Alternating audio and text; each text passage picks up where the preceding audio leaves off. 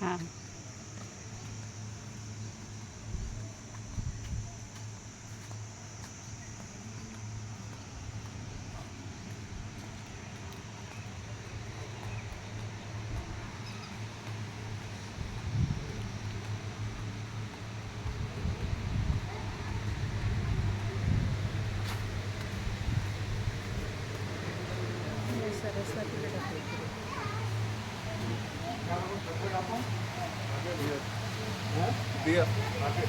સરસ્વતી લાડુ લેવા જાય બરાબર લાડુ આપો આપો લાડુ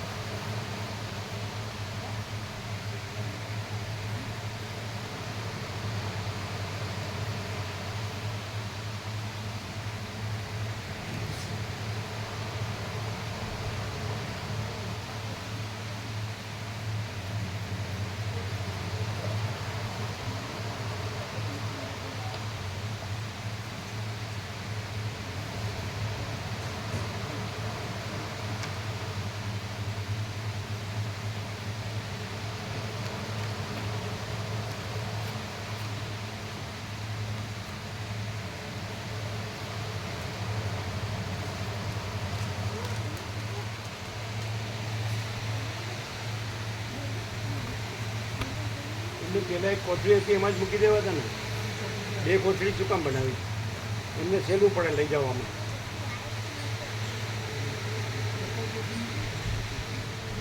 જો એને જ કરી દીધી એક કોથળી જો બાળકને ખબર પડે પણ મોટાને ખબર નથી પડતી ઝાંઢાને ખબર નથી પડતી ઝાંઢા કોને છે ખબર બળદ મોટાને નહીં બળદ ઝાંઢા એટલે મોટા નહીં બળદ નહીં શિવજીના નંદી બધું ઊંધું જ દેખાય ઓમ બરાબર છે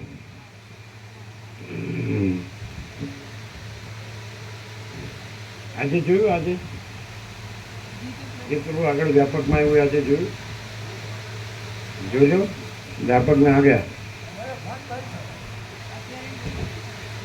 આજે જન્મ હોય બતાડે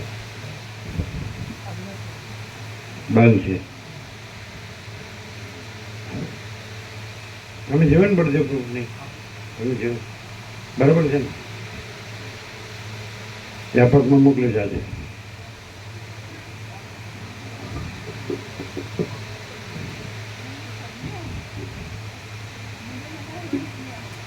परम चिदाकाश परम ज्योति अखंड ज्योति महाचिदाकाश स्वयं प्रकाश संपूर्ण प्रकाश पूर्ण ब्रह्म अनंत तेजगण अनंत चितगण परमाकाश केवल अनंत शुद्ध तेजगण परमाकाश अखिल आत्मा पूर्ण ब्रह्म परमात्मा परम चिदाकाश परम ज्योति अखंड ज्योति अनंत पूर्ण परम चिदाकाश परम शांति स्वयं सिद्ध स्वयं प्रकाश स्वयं पूर्ण स्वस्वरूप यही सब कुछ है इसके सिवा कुछ नहीं है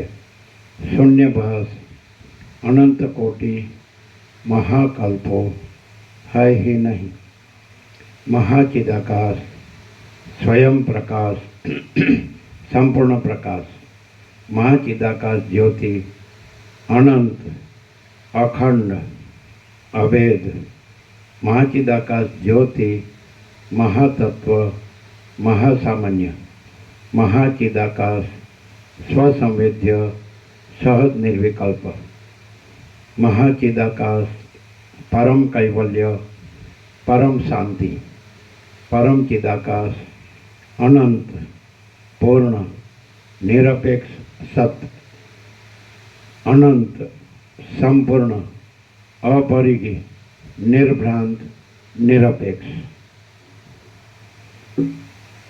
वशिष्ठ राम उत्पत्ति प्रकरण રાઉન્ડ 39મો રાઉન્ડ.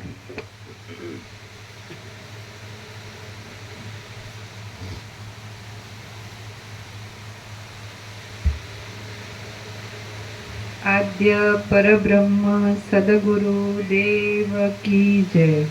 ઓમ શ્રી પરમાત્મને નમઃ. સદગ્રંથોમાં શિરોમણી શ્રી યોગ વાસિષ્ઠ મહારામાયણ ઉત્પત્તિ પ્રકરણ પાના નંબર 255. જોયું આજનું કેમ છે? પોતાનું ધ્યાન વૈરાગ્ય પોતાની આત્માની સાચી શાંતિ છે. બીજાને જ્ઞાન વૈરાગ્ય તમને આત્માની શાંતિ જ નથી. બધું એની રીતે બોલે ને. અક્ષરે આર્ષ વાક્યનો અક્ષરે કાન માત્ર બદલાય નહીં, પણ આર્ષ વાક્ય છે એની ખાતરી છે એમ પૂછે તો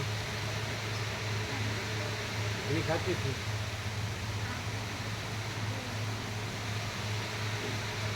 અહીંથી જે નીકળે છે એ ઉદ્ગાર છે, તો એ જે છે જો હે તો એનો ઉદ્ગાર છે, એને આર્ષ વાક્ય કહેવાય. પણ એની ખાતરી શું? બધા કે હું સાચું બોલું છું, એની ખાતરી શું કે આર્ષ વાક્ય છે. બદલાઈ જાય તેનો અર્થ એમ કે એના આર્ષ વાક્યમાં વિશ્વાસ નથી. આર્ષ વાક્ય છે એવી સંપૂર્ણ આસ્થા નથી, એટલે પ્રકાશ રહેતો નથી અને કાંઈ નથી એવી ભ્રાંતિ રહે છે. આ આર્ષ વાક્ય છે એની સંપૂર્ણ ખાતરી શું? કારણ કે સામાન્ય માણસ છે એ દેખાતો હોય, એ બોલતો દેખાતો હોય તો બધા બોલી શકે છે. જે સાંભળે એ યાદ રાખી શકે તો બોલી શકે. પણ આર્ષ વાક્ય છે એ આ જે દેખાય છે એનું નથી હોતું, જે છે એ પ્રકાશે છે. પરમ ચિદાકાશ પરમ જ્યોતિ અખંડ જ્યોતિ એ પ્રકાશે, એને આર્ષ વાક્ય કહેવાય. તો કેવી રીતે ખબર પડે કે આ સામાન્ય માણસ એમ લાગે છે કે બોલે છે પણ એ બોલતો નથી, એ છે જ નહીં, અને આ જગત પણ છે જ નહીં, અને જે છે એ જ પ્રકાશે છે, એને આર્ષ વાક્ય કહેવાય. એ કેવી રીતે? પ્રકાશ પોતે જ પ્રકાશે છે, એટલે એમાં ક્યારેય અખર સત્ય હોય છે, ક્યારેય કદી બદલાતું નથી ને અખંડ એમ જ પ્રકાશ હોય છે. તો કે હું પણ એ જ બોલું તો બોલનારો છે ને એ હજી આ હું છું ને હું બોલું છું, એટલે એ ભ્રાંતિ જ છે, નકરી ભ્રાંતિ. તમે જાણ્યું એ કાંઈ નહીં, એવું ને એવું બોલી શકું, યાદ રાખીને, લખીને, વાંચીને. પછી એટલું તો મેં જાણ્યું ને એમ કહેતો. એ હું એમ કહું કે મેં આટલું જાણ્યું એનું શું, તો હું મરી જાઉં એટલે મારું જાણેલું ઝીરો થઈ ગયું, એટલે હું અત્યારે જ નથી, ક્લિયર જ એટલે છે. ત્યારે જીરો, અત્યારે તો ખરું ને. અત્યારે જ નથી ને ક્લિયર જ છે કે આખો પ્રકાશ છે ને એમાં બીજું કઈ નથી.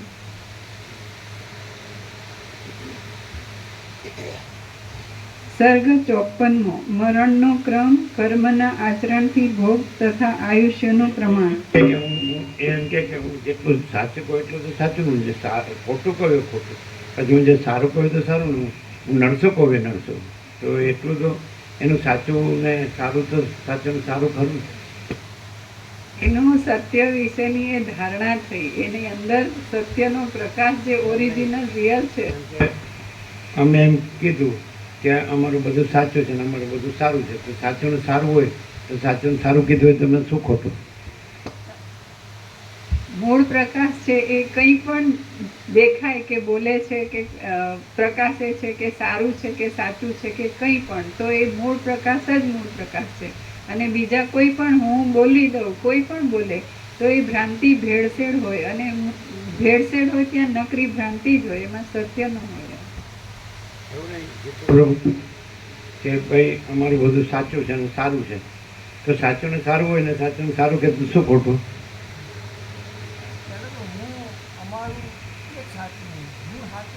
એ તો પણ તમે 7 કરોડ 800 કરોડનો પૂછો તો બધા કહેશે કે ભાઈ હું મારું સાચું જ છે ને.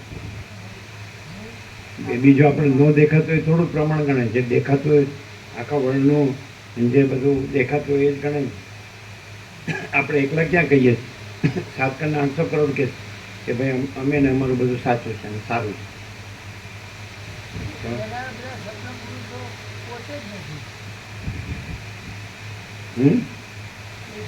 એ તો સ્વપ્ન પુરુષ ને સ્વપ્ન પુરુષ કહેવાય, જાગ્રત ને થોડું સ્વપ્ન કહેવાય. આ તો જાગ્રત છે. અમારે તર્કોને કોઈ ન પહોંચી શકે. હા જાઓ, અમારા તર્કોને વચિત પહોંચી શકે. અમારા તર્કો વચિત સામે નથી, પણ અજ્ઞાની સંસારીઓ સામે છે. તો અમારા તર્કોને અજ્ઞાની સંસારીઓ ન પહોંચી શકે.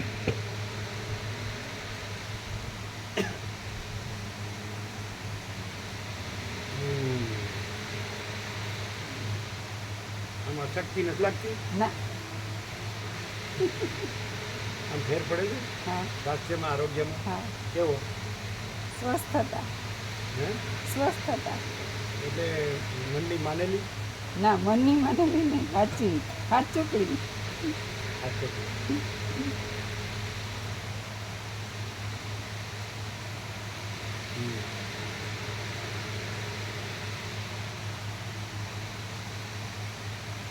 પ્રભુ કે હું અહીંયા આટલો રહું છું, આટલી સેવા કરું છું, આટલી ધારણા મારી છે, તો પણ હું કાંઈ નહીં.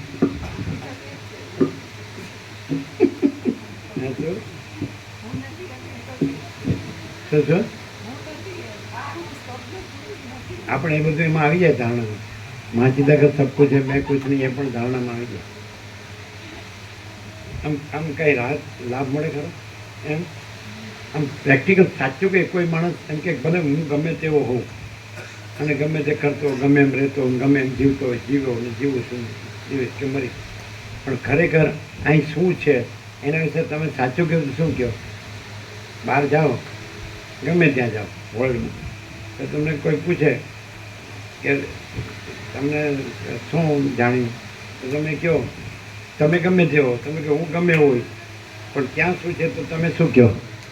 એમ કે વચ્ચે પ્રકાશથી જે સરળ સરળ ને અખંડપણું તત્વો ચાલે છે. સદગ્રંથોમાં શિરોમણી સ્ત્રીઓ બધી માનવ એક પ્રાકૃતિક જગ્યા છે, ખેત વગડો હોય, ખેતર હોય, એવી એકાંત, પવિત્રતા, શાંતિ. બીજું કોમર્શિયલ કાંઈ નથી, બીજું કાંઈ નથી, અને પરમ શાંતિ. તો તમે શું કહો? એમ કે એના વિશે ભલે હું ગમે એવો હોઉં, પણ તમે જે જોયું છે ને જાણ્યું છે ને અનુભવ્યું છે, તો એના વિશે તમે શું કહો? આ બધું વાતાવરણ છે.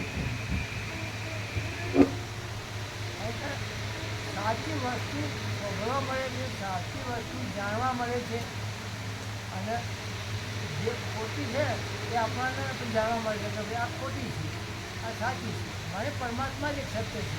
પછી પરમાત્માનું સ્વરૂપ શું છે? ચૈતન્ય, અનંત, કેવા અનંત ચેતન પ્રકાશ પરમાત્મા છે. પછી ચૈતન્ય એક જ છે, તમે ચૈતન્ય છો. માટે તમે ચૈતન્ય, તમે જે નથી, પણ તમે ચૈતન્ય હોવાથી તમે જ પરમાત્મા છો. તો તમે નથી એવો દેહનો ભ્રમ રાખો છો તો તમને દુઃખ અશાંતિ અનુભવાય છે. પછી જે હું છું તે અજ્ઞાન સર્વ દુઃખનું મૂળ છું. હું આત્મા છું તે બોધ જ્ઞાન જ સર્વ આનંદનું મૂળ છું. અને ધારણા કહેવાય કે પ્રકાશ કહેવાય? પ્રકાશ,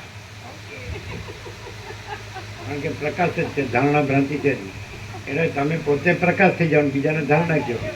હા, એ આ ચાલાકી છે. અમે એને પ્રકાશ કહીએ, કારણ કે પ્રકાશ જ પ્રકાશે. ધારણા છે તો વિપસ્સી છે, એ ધારણા જ્યાંથી હતો એટલે હિંચકા જેવી દશા હતી, એ પૂર્ણ યોગી નહોતો, એવું આવે. એટલે એને બધું ક્યારેક બ્રહ્મનું દર્શન થાય, ક્યારેક પછી ભ્રાંતિ થાય, બ્રહ્માંડનું થાય. તો હવે તમને એવું લાગે કે એવું ડબલ માઇન્ડ નથી રહ્યું? એમ નથી રહ્યું ને? ડબલ માઇન્ડ રહ્યું છે તો ધારણા ન કહેવાય, પ્રકાશ કહેવાય. આ બધાના ન્યાયાધીશ, બધાના ગુરુ, બ્રાહ્મણ થયા એટલે બધાના ગુરુ એવું ન કહેવાય. એટલે હા, એના ગુરુ તો બીજા જ છે, તમે નહીં. એ કરતા દિલ્હી બાજુના.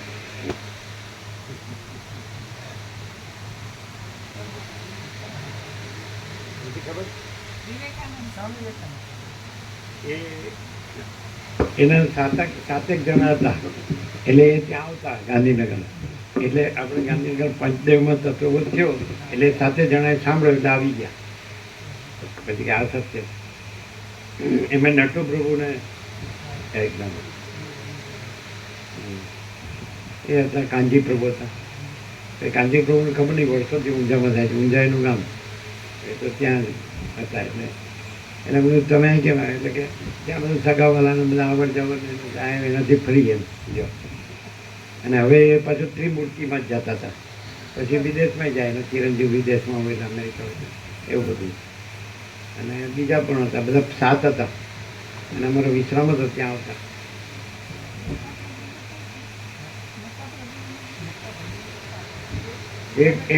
એક જણ હતા, એને બ્લડ કેન્સર થયું હતું ને દેવ થઈ ગયા. એવું હતું ને આખા બ્લડમાં બધું થઈ ગયું. ગમે તે હોય કે નસો સુકાઈ ગઈ હતી ને એવું હતું ને આખા શરીરમાં. એ સરળ હતા. પછી બીજા હતા કાંજીભાવ નટો રમણ પ્રભુ 100% સત્તરા. એ સરળ ને સંપૂર્ણ ભગવાન. એનો અભ્યાસ સાચો. કેમ? એ પાકા હતા અને જતા જ એક પેથાપુર ત્યાં આગળ એક મહાત્મા બંગાળના શરીર હતું ને કાળી માઈ હતી ત્યાં જતા એ તત્વો ઓળખતા હતા. એવી રીતે એ સત્સંગમાં રહેતા એ સરળ હતું. બીજા કોણ હતા? રમણ તો ખરા. બીજા પેલા દેવ થઈ ગયા ને નસો સુકાઈ ગયા લગભગ બ્રહ્મદેવતા હતા. હે લગતા હતા એ કોણ કોણ હે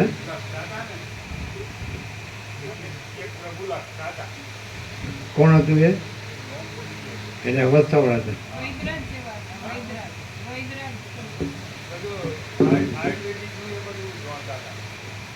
એ કોણ?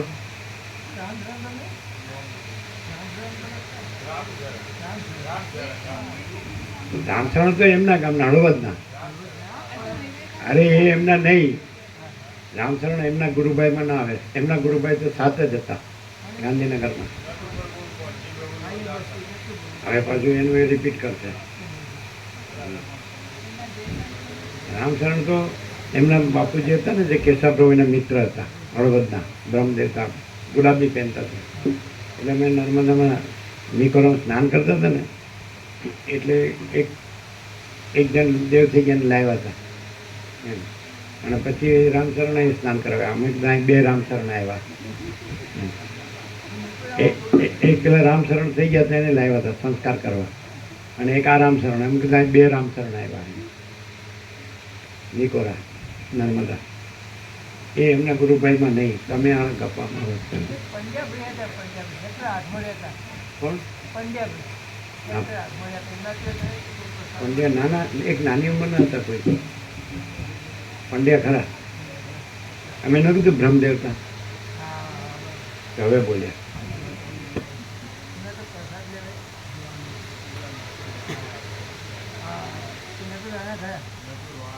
હવે એ જે શાસ્ત્ર ગુરુ ને એમાં બધા વિચાર ને બધી સેવા કરીને બધું કર્યું જે ધારણા અભ્યાસ એ મને આ પ્રકાશમાં શું ફેર? આજે વસિત પ્રકાશ છે ને બધે ચાલે છે વેદાંત બ્રહ્માંડ. બધે ગુરુઓ છે, કથાકારો, ઉપદેશકો છે, બધે વેદાંતાચાર્યો છે, મહામંડલેશ્વરો છે, બધે આશ્રમો, મંદિરો છે, બધું દેવગુરુ ઈશ્વરને બધું કર્મ, ઉપાસના, જ્ઞાન, ધ્યાન બધું બરાબર. તો એમાં આ વસિત પ્રકાશમાં શું ડિફરન્સ?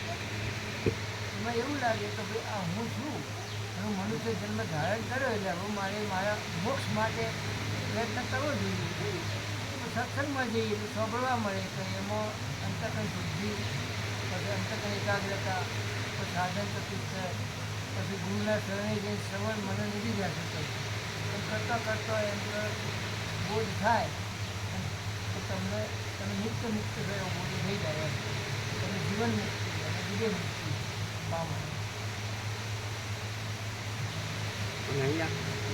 આખો પ્રકાશ સ્વયં સહજ સંપૂર્ણ પ્રકાશ છે. વક્તા શ્રોતા નથી, પણ ઉપચાર નથી. અજ્ઞાન છે, પછી નિવૃત્તિ માટે ધ્યાન કરવું છે, બંધ છે, મોક્ષ કરવો છે. કારણ કે એ બધું કરનારનો આશ્રય જીવ જ થયો નથી. જીવ થયું જ નથી, કારણ કે સંભવ નથી. કચ્છી જાય તે જીવો સંભવો અક્ષર નથી થતી. ચિદાકાશમાં જીવ પણ સંભવ જ નથી, માટે થયું જ નથી. એટલે જીવે કરવાનું કોઈ ઉપચાર છે જ નહીં એમ. છતાં કોઈ કરે તો સપના જેવું. સપનામાં કોઈ ગમે એટલું મજા કરે તો કંઈ થાય છે કે થતું નથી. અને જાગી જાય તો કંઈ કરવાનું રહે નહીં. એટલે સ્વપ્ન જાગવું એવું ખરું પ્રકાશમાં ના પ્રકાશ નહીં એ વાત સાચી કે ભ્રાંતિ છે ભ્રાંતિ. એ કાંઈ નથી.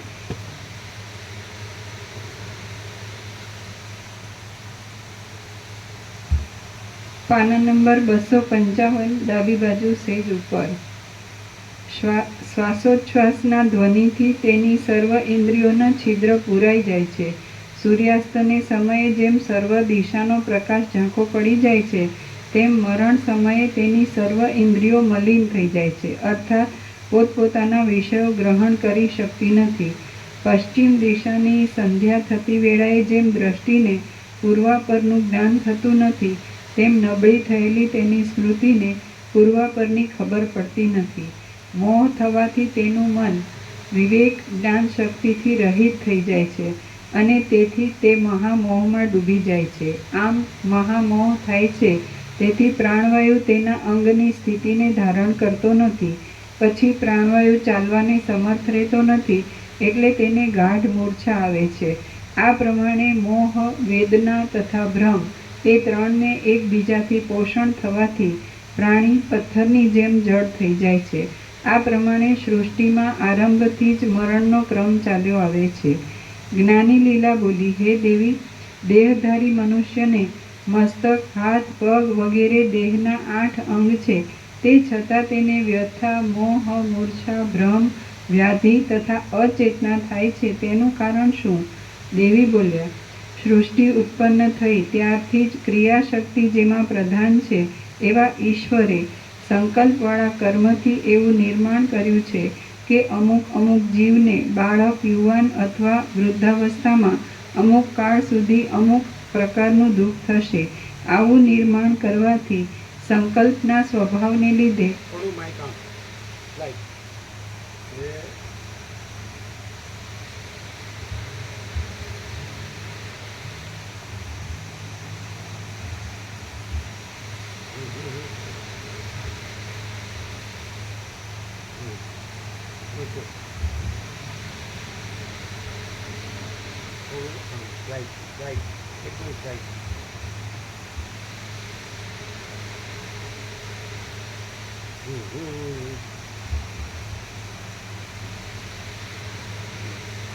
દેવી બોલ્યા, સૃષ્ટિ ઉત્પન્ન થઈ ત્યારથી જ ક્રિયાશક્તિ જેમાં પ્રધાન છે એવા ઈશ્વરે સંકલ્પવાળા કર્મથી એવું નિર્માણ કર્યું છે કે અમુક અમુક જીવને બાળક, યુવાન અથવા ક્રિયાશક્તિ સ્પંદ બ્રહ્મ, સ્પંદ સ્પંદ, ચલન ચલન, સ્ફુરણ સ્ફુરણ, સંવેદન સંવેદન, માયાકાશ, આ ક્રિયાશક્તિ.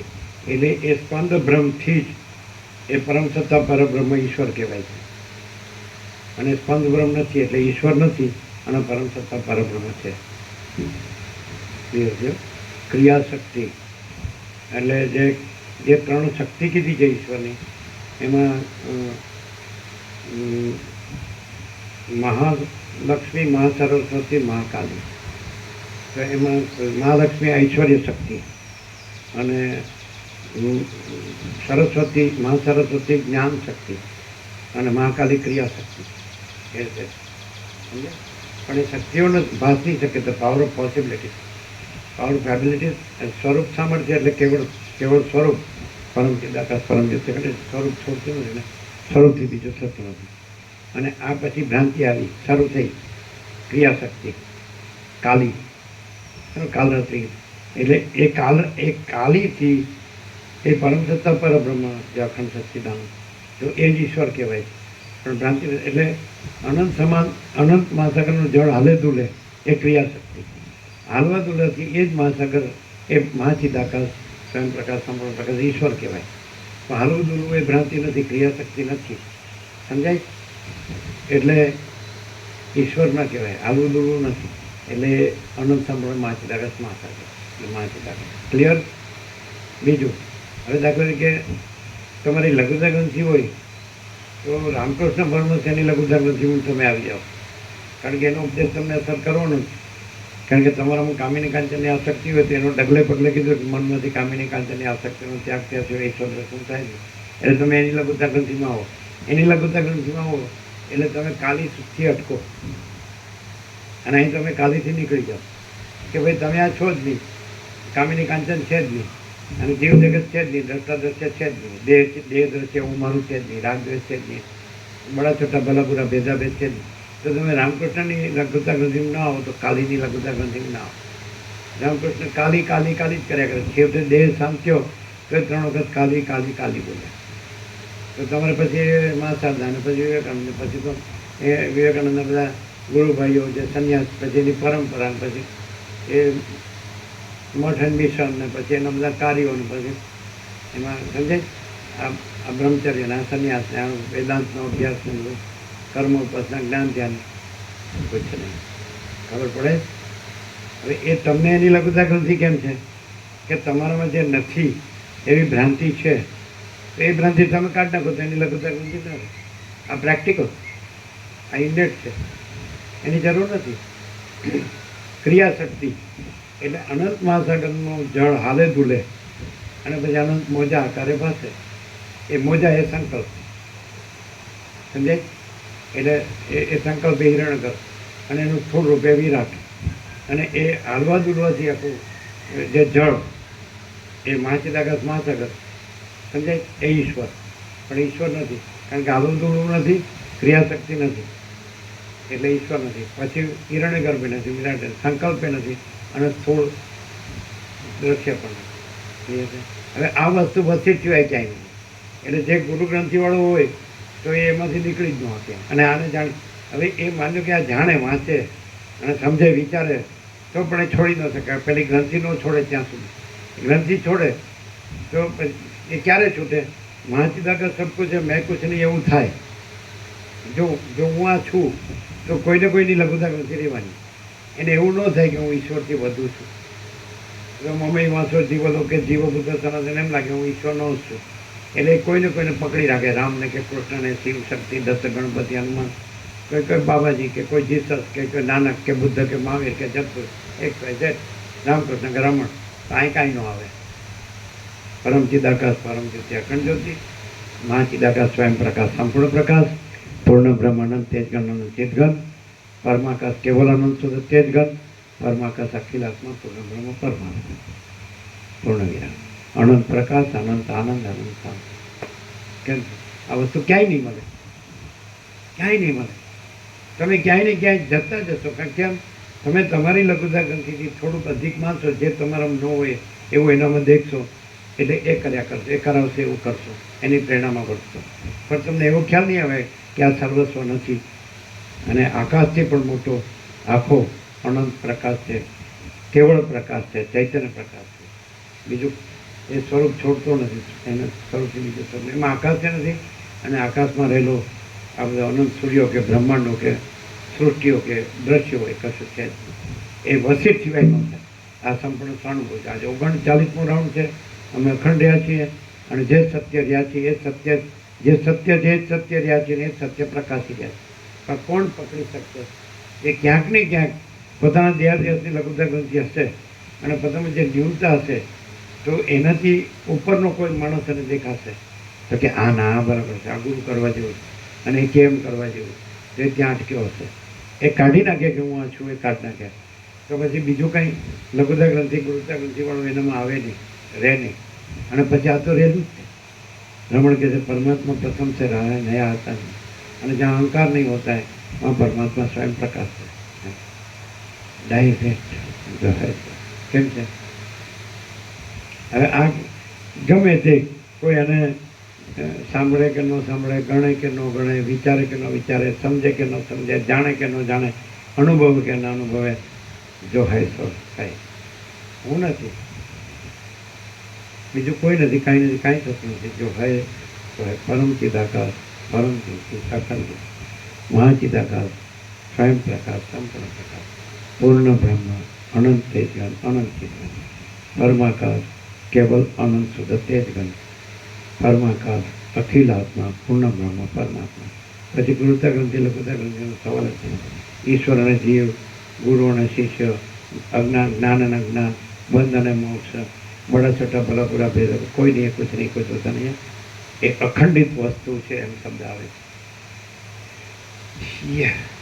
અખંડ ચૈતન્ય પણ કે અખંડ બ્રહ્મ પણ શબ્દ નથી, વિચારવાણી શબ્દ જ નથી. પરાપશ્ચિમથી મધ્યમાં હોય કે નથી. હવે અહીંયા સંપૂર્ણ સ્વાનુભવ છે. આ હું નથી, કોઈ નથી, કાંઈ નથી, કાંઈ થતું નથી, એવું અહીં છે. અને અનંત પ્રકાશ, અનંત આનંદ, અનંત શાંતિ જ છે. એ જ અહીં છે, બીજું અહીં કાંઈ નહીં. એ જ પ્રકાશ. એ કેવી રીતે ખબર પડે કે એ જ આવે અને બીજું કાંઈ ન આવે? એ એનું પ્રૂફ. અને આનું આજ ગોખીને બોલે પણ પાછું બીજું ચક્કર ચાલુ હોય તો એ ખાલી બોલવાનું કાંઈ નહીં. એને એ ચક્કરમાં હેરાન થવાનું જ રહે. પછી એ ચક્કરથી એ આમાં ટકી ન શકે. પછી બે ઘેટા લડે તો જે ઘેટું મળવાનું હોય એ જીતે.